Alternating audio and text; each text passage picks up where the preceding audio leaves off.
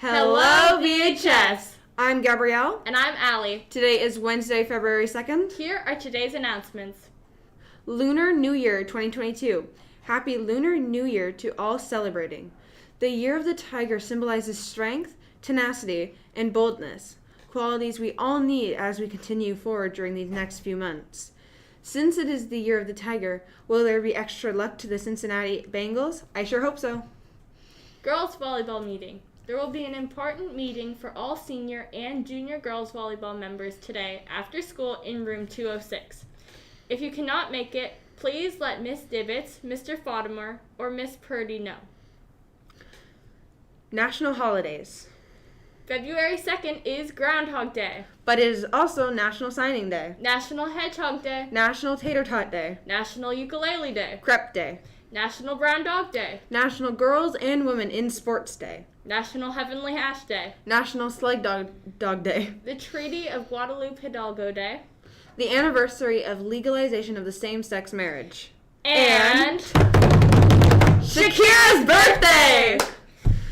On a more important note, Black History Month. Yesterday marked the beginning of the Black History Month, a month dedicated to celebrating Black Canadian history.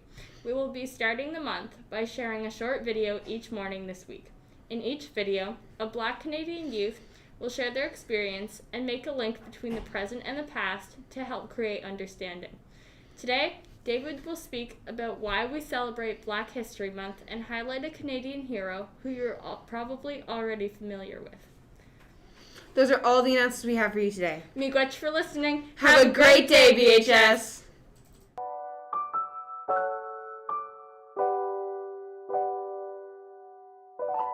Hello, my name is David Gakure.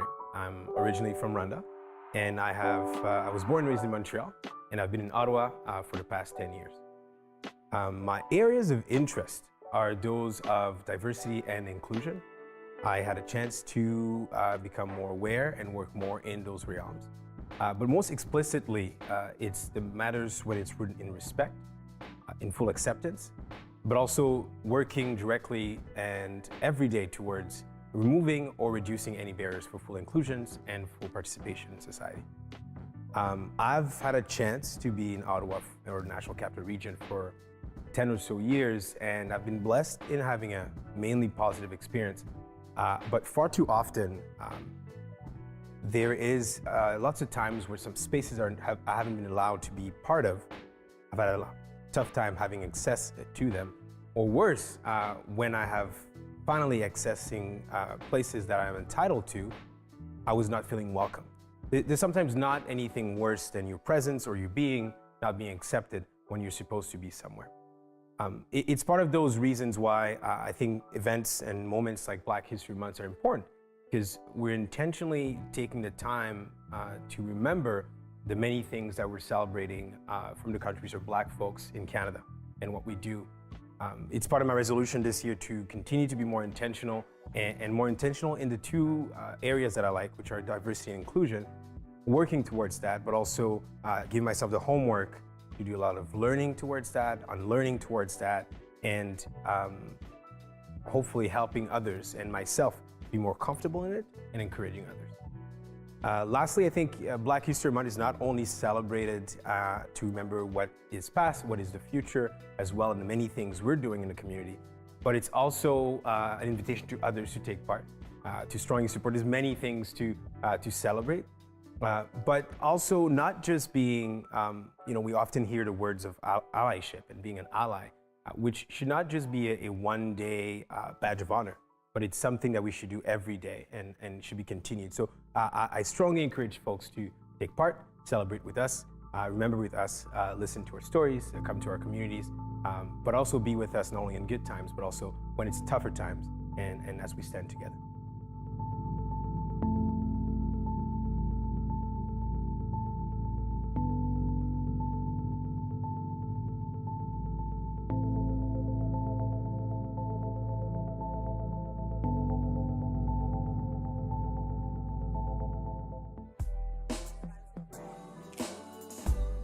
Today I'll be talking about Viola Desmond.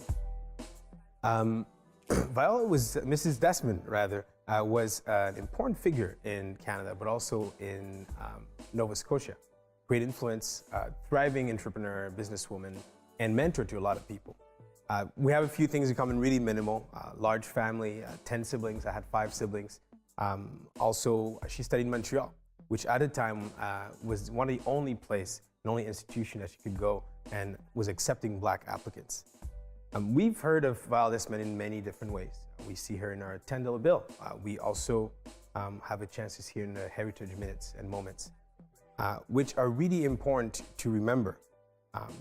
At that time in 1946, when she was escorted out and faced violence for just being herself and wishing to just enjoy a normal experience and activity and just live and be herself in the movie theaters.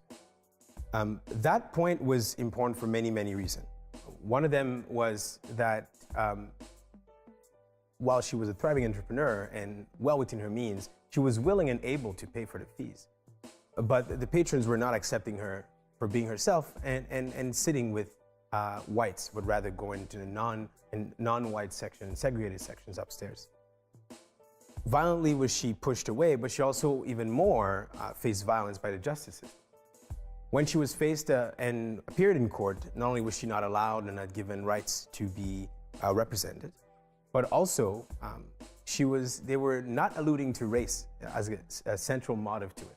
Instead, they went for tax avoidance and the fact that she was defrauding the government, which was not the case. The violence in there is that not only are we putting aside her identity, putting aside what happened, but also we're looking at freedom of businesses and commerce, superseding freedom, individual freedoms of rights and discrimination, and not being allowed to be discriminated against. This caused a lot of turmoil, obviously, but this also is only one part of who Viola Desmond was. Before that incident, she was not only a great mentor and a great thriving entrepreneur and woman in the community, but she was giving opportunities, encouraging others and lifting others to get them and give them a chance, a fighting chance to be themselves, but also to be also a force in Nova Scotia and in Black Canada. People were coming from all over, not only Nova Scotia, from Montreal and sometimes as far west as can be. But also she was creating that bond, that community in beauty parlors and beauty salons where a certain bond can be exchanged and it will be a safe and positive space for all to be themselves. But afterwards, after the incidents, she also galvanized communities and people stood with her and tried to fight with her all the way through the justice system, which consequently and over again rejected her case. She faced a lot of violence, obviously, and that was a definite turning point, and we can only imagine what she lived afterwards. She even closed her business and relocated outside of Nova Scotia to Montreal and then later in New York. As things are changing and moving forward, she was finally received a free pardon from the Lieutenant Governor of Nova Scotia. Finally righting a wrong that was long overdue. What really encourages me and what I really like about that part of her life, not only at the beginning, but also at the end, is what she did with the communities around her. Not only did she trailblaze and lifted and created paths for others, she picked people up and brought them along for her own life and lifted them and giving opportunities that are never given to others before. But her life also spoke volume and added and helped people to not only see injustice for what it is, see social injustice for what it was, as pernicious as it was in Canada, but also stand for something, stand alongside her for social justice. We see her again every day. We recognize her in 2019 as the Government of Canada as a Historic Person of the Year. We see her in our $10 bill. We see her in Historica Canada. But for me personally, and I can only speak for myself, it's an important lesson that never taking anything for granted, and that also a lot of work has been done, but we should continue to fight to have our places and our spaces that are rightfully ours, where we can be fully accepted and be fully ourselves. For more information, follow the links below.